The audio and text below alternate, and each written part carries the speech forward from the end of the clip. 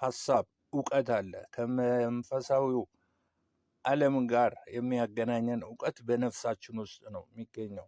መንፈሳችን ዋናው ስብዕናችን ሲሆን የውስጠኛው ሰው ሲሆን ነፍሳችን ደግሞ መንፈሳችንን የሚያገለግል አካላችን ደግሞ ልብሳችን የምንንቀሳቀስበት ተግባርን ሁሉ የምናከናውንበት ነው።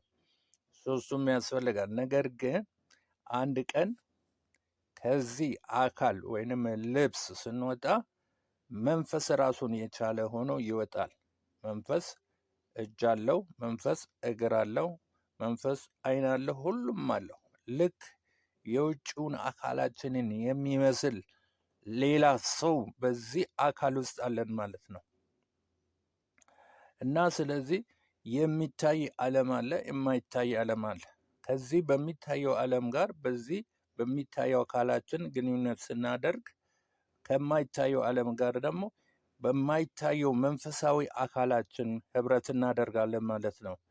ይሄ የማይታየው ያልታየው ለዚህ ዓለም እንጂ በመንፈሳዊው ዓለም በማይታየው እግዚአብሔር ፊት ይታያል። እግዚአብሔር ያውቀዋል። ከእግዚአብሔር ጋር የመግባባት ችሎታ አለው ማለት ነው።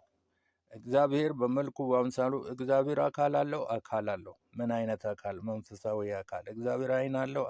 መንፈሳዊ ዓይን፣ መንፈሳዊ ጆሮ፣ መንፈሳዊ እጅ፣ መንፈሳዊ እግር፣ መንፈሳዊ አእምሮ አለው። መንፈሳዊ እውቀት አለው። መንፈሳዊ ስሜት አለው። መንፈሳዊ ፈቃድ አለው። ስለዚህ እኛም መንፈስ ነን ስንል እንደ እግዚአብሔር በመልኩ በአምሳሉ ስለፈጠረን የእግዚአብሔርን ሕይወት ተካፍለናል።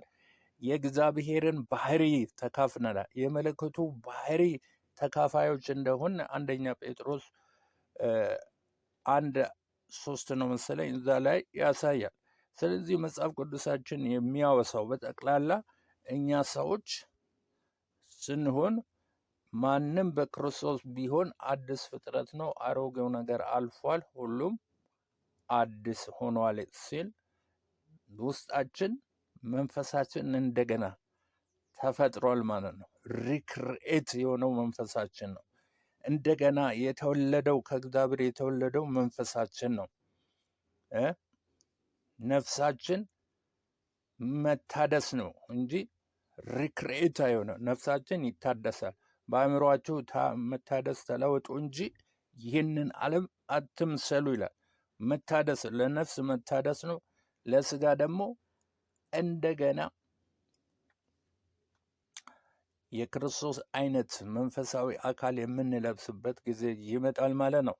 ዘካርያስ 12:1 ላይ እግዚአብሔር ቃል ሸክም ይህ ነው፣ ሰማያትን የዘረጋ ምድርን የመሰረተ የሰውንም መንፈስ በውስጡ የሰራ። እንግዲህ መንፈስ ማንነት መንፈስ የሚለው ማንነታችን በውስጣችን የሰራው ማን ነው? እግዚአብሔር ነው። ከምንድን ነው መንፈሳችንን የሰራው? ከራሱ መንፈስ። መንፈሳችን ራሱ ወለደው። እግዚአብሔር መንፈሳችንን ወለደው። ልጅ ተብለን ስንጠራ በመንፈስ ከእግዚአብሔር ተወልደን ነው። ወገኖቼ እግዚአብሔር ቃል እንደሚናገረው ነው እየተናገርኩ ያለሁት። ጌታ ኢየሱስ በስጋ ተወልዶ በምድር ሳለ ሉቃስ 1:18 ላይ ሕፃኑም አደገ፣ በመንፈስም ጠነከረ፣ ለእስራኤል እስከ ታየበት ቀን ድረስ በምድረ በዳ ኖረ ይላል። ይሄ ስለ ዮሐንስ ነው የሚናገረው። ሕፃኑ ምን ሆነ? አደገ፣ በመንፈስም ደግሞ ጠነከረ፣ ለእስራኤል እስከ ታየም ቀን ድረስ በምድረ በዳ ኖረ ይላል። በመንፈስ መጠንከር አለ ማለት ነው ወገኖቼ። የእግዚአብሔርን ቃል ካልበላችሁ፣ የእግዚአብሔርን ቃል ለመንፈሳችሁ ካልተመገባችሁ በመንፈስ መጠንከር፣ በመንፈስ ማደግ፣ በመንፈስ ማወቅ የለም። እግዚአብሔርን ሳታውቁት፣ እግዚአብሔርን ሳታዩት፣ እግዚአብሔርን ሳትረዱት፣ የእግዚአብሔርን ማንነት ሳታውቁት እግዚአብሔርን ማምለክ አይቻልም።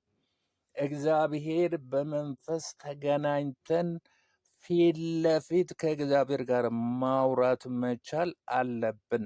መንፈሳዊ አባታችንን የመናፍስት አባት የሆነውን እግዚአብሔርን መገናኘት አለብን ማለት ነው።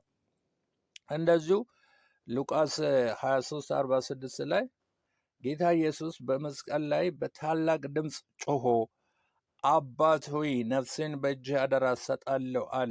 ይህንን ብሎ ነፍሱን ሰጠ። እንግዲህ ጌታ ኢየሱስ ነፍሱን መንፈሱን ሌላ ቦታ መንፈሴን ለአንተ አደራ ሰጥቻለሁ እንደሚል ይናገራል። እስጢፋኖስም እንደዚሁ በሐዋርያት ሥራ ምዕራፍ 7:59 ላይ ጌታ ኢየሱስ ሆይ ነፍሴን ተቀበል ብሎ በእግዚአብሔር ፊት ጸልየዋል። እንደገናም ደግሞ ሐዋርያት ሥራ 18 ላይ ይህ ሰው የጌታን መንገድ እየተማረ ነበረ፣ በመንፈስም እየተቃጠለ የጌታን ነገር በትክክል ይናገርና ያስተምር ነበረ ይላል። አንደኛ ቆሮንቶስ ምዕራፍ 5:5 ላይ ደግሞ መንፈሱ በጌታ ቀን በኢየሱስ ቀን እንዲድን እንዲህ ያለውን ሰው ለሰይጣን አሳልፈው ሰጡ። መንፈሱ በጌታ መንፈስ አትሞትም ወገኖች። መንፈስ ግፋ ብል ከእግዚአብሔር ይለያል መንፈሳችን እንጂ ከእግዚአብሔር የምንጣበቅ ከሆነ መንፈሳችን ከእግዚአብሔር ተጣብቆ ሕጋዊ ልጅ ሆኖ ከእግዚአብሔር ጋር ለዘላለም ይኖራል። ነገር ግን እግዚአብሔርን የማንፈልገው ከሆነ መንፈሳችን ከእግዚአብሔር ይለያል። እንግዲህ ያው ለቅጣት ይዳረጋል ማለት ነው። የሚዳነው መንፈሳችን ነው። እንግዲህ ጌታ ኢየሱስ ተመልሶ በሚመጣበት ጊዜ አካልን ለብሰን ያው መንፈሳዊ አካል ለብሰን ከጌታችን ከመድኃኒታችን ጋር ለዘላለም እንኖራለን ማለት ነው። አንደኛ ጴጥሮስ 3:4 ላይ ይልቁንም በእግዚአብሔር ፊት እጅግ የከበረ የዋህና ጸጥተኛ መንፈስ ያለው የማይጠፋውን ውበት የተላበሰ የተሰወረ የልብ ሰው ይሁን ይላል። አሁን መንፈሳችን እንግዲህ ትሁት መንፈስ፣ ይሄ መንፈስ የሆነው ማለት ትሁታን ጌታ ኢየሱስ እናንተ ደካሞች ሸክማችሁ የከበደ ሁሉ ወደ እኔ ኑ እኔም አሳርፋችኋለሁ፣ ከኔም ተማሩ እኔ በልቤ የዋህና ትሁት በልቤ የምለው እንነጋገራለን። መንፈሳችንን